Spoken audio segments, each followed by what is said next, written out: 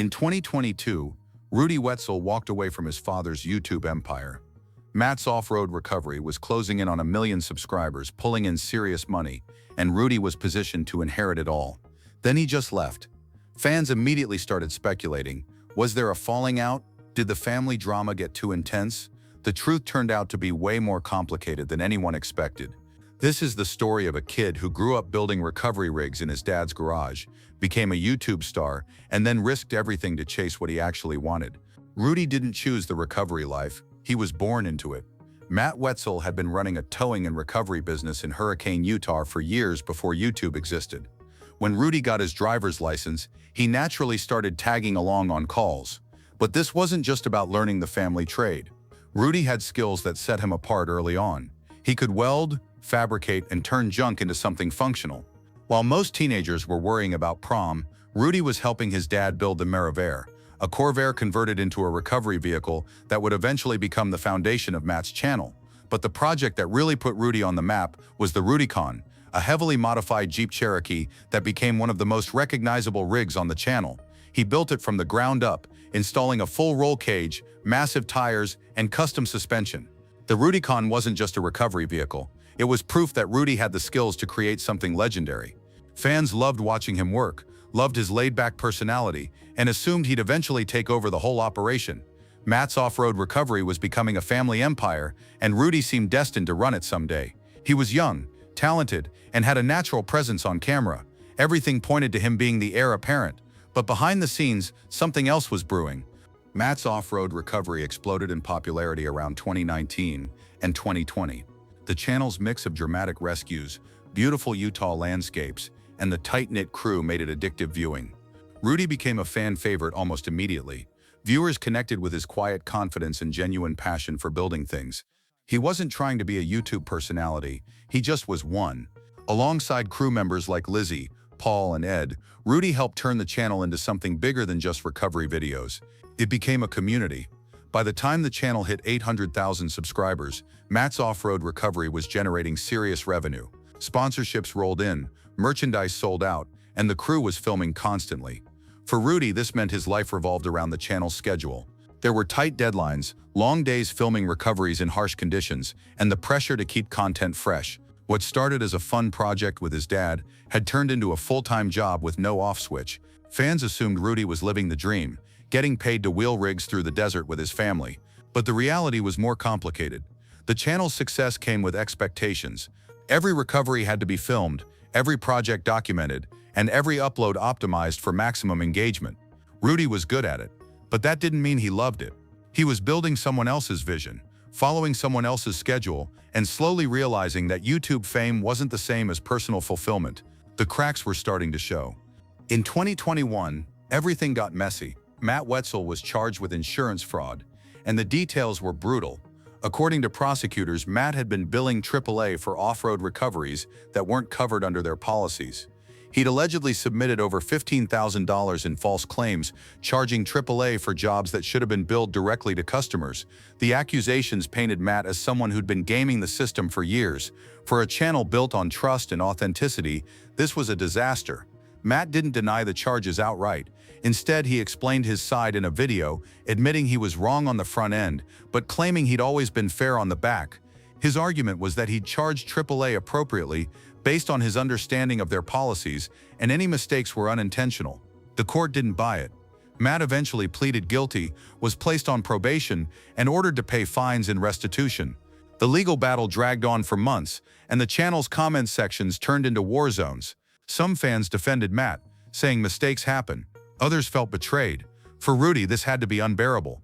He'd spent years building his reputation alongside his dad, and now that reputation was under scrutiny.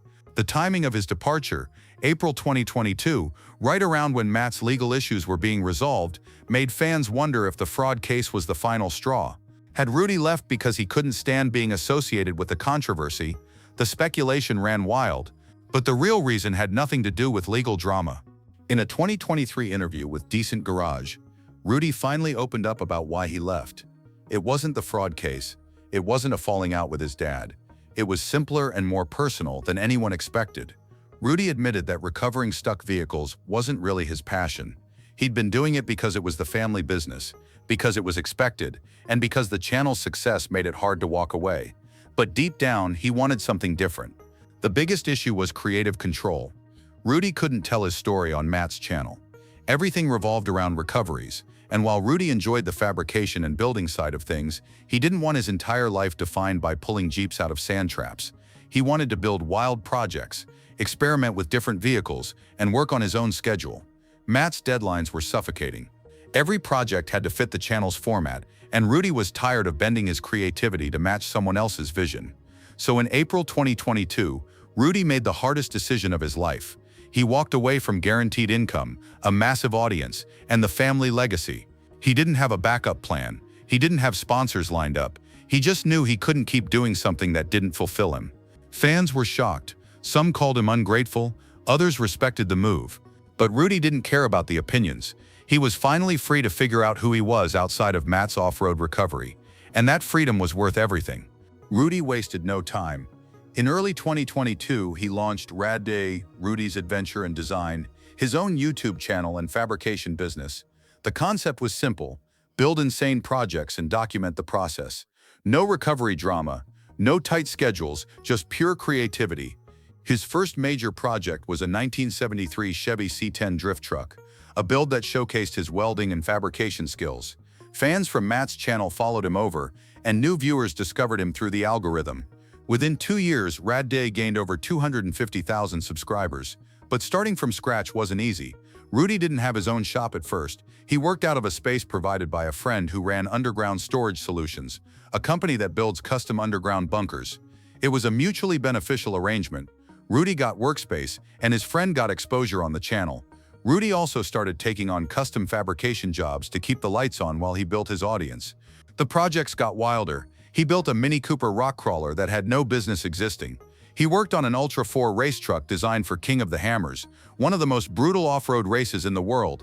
He customized a 1987 Dodge Ram Charger with 40-inch tires and a full suspension overhaul. Every build pushed boundaries, and every video showed his personality in ways Matt's channel never could. Rudy was finally telling his own story, and people were listening. The channel wasn't just about cars. It was about proving that walking away from success to chase passion could actually work. Rudy's life today looks completely different from his Matt's off-road recovery days. He's still competing in major off-road events like King of the Hammers and Easter Jeep Safari, but now he's doing it on his own terms. His builds are getting noticed by the off-road community, and sponsors are starting to pay attention. He's dating his girlfriend Janelle, who occasionally appears in his videos, and he's built a life that doesn't revolve around someone else's schedule. The best part? Rudy and Matt are still on good terms. They've collaborated on a few projects since Rudy left, proving that his departure wasn't about burning bridges. It was about growth. Matt respected his son's decision, even if it hurt at first, and Rudy has nothing but appreciation for the skills and opportunities his dad gave him. The story could have ended in resentment, but instead it became a lesson in letting people chase their own paths. Rad continues to grow. Rudy's subscriber count climbs steadily, his projects get more ambitious, and his reputation as a fabricator is spreading beyond YouTube. He's not trying to compete with Matt's channel. He's building something entirely his own. The kid who once welded roll cages in his dad's garage is now running a business, creating content that reflects his actual interests, and proving that success doesn't always mean staying in the family business. Rudy's story isn't finished. It's just getting started, and he's finally the one writing it. Rudy Wetzel's journey proves that sometimes the hardest thing to do is walk away from guaranteed success. He had everything handed to him: a thriving channel, a built-in audience, and a clear path forward. But he chose uncertainty over comfort, passion over paychecks, and personal growth over family expectations. Not everyone would have made that choice. Not everyone could have, but Rudy did, and now he's building a legacy that's entirely his own. The question isn't whether he made the right call. It's whether you'd have the guts to do the same.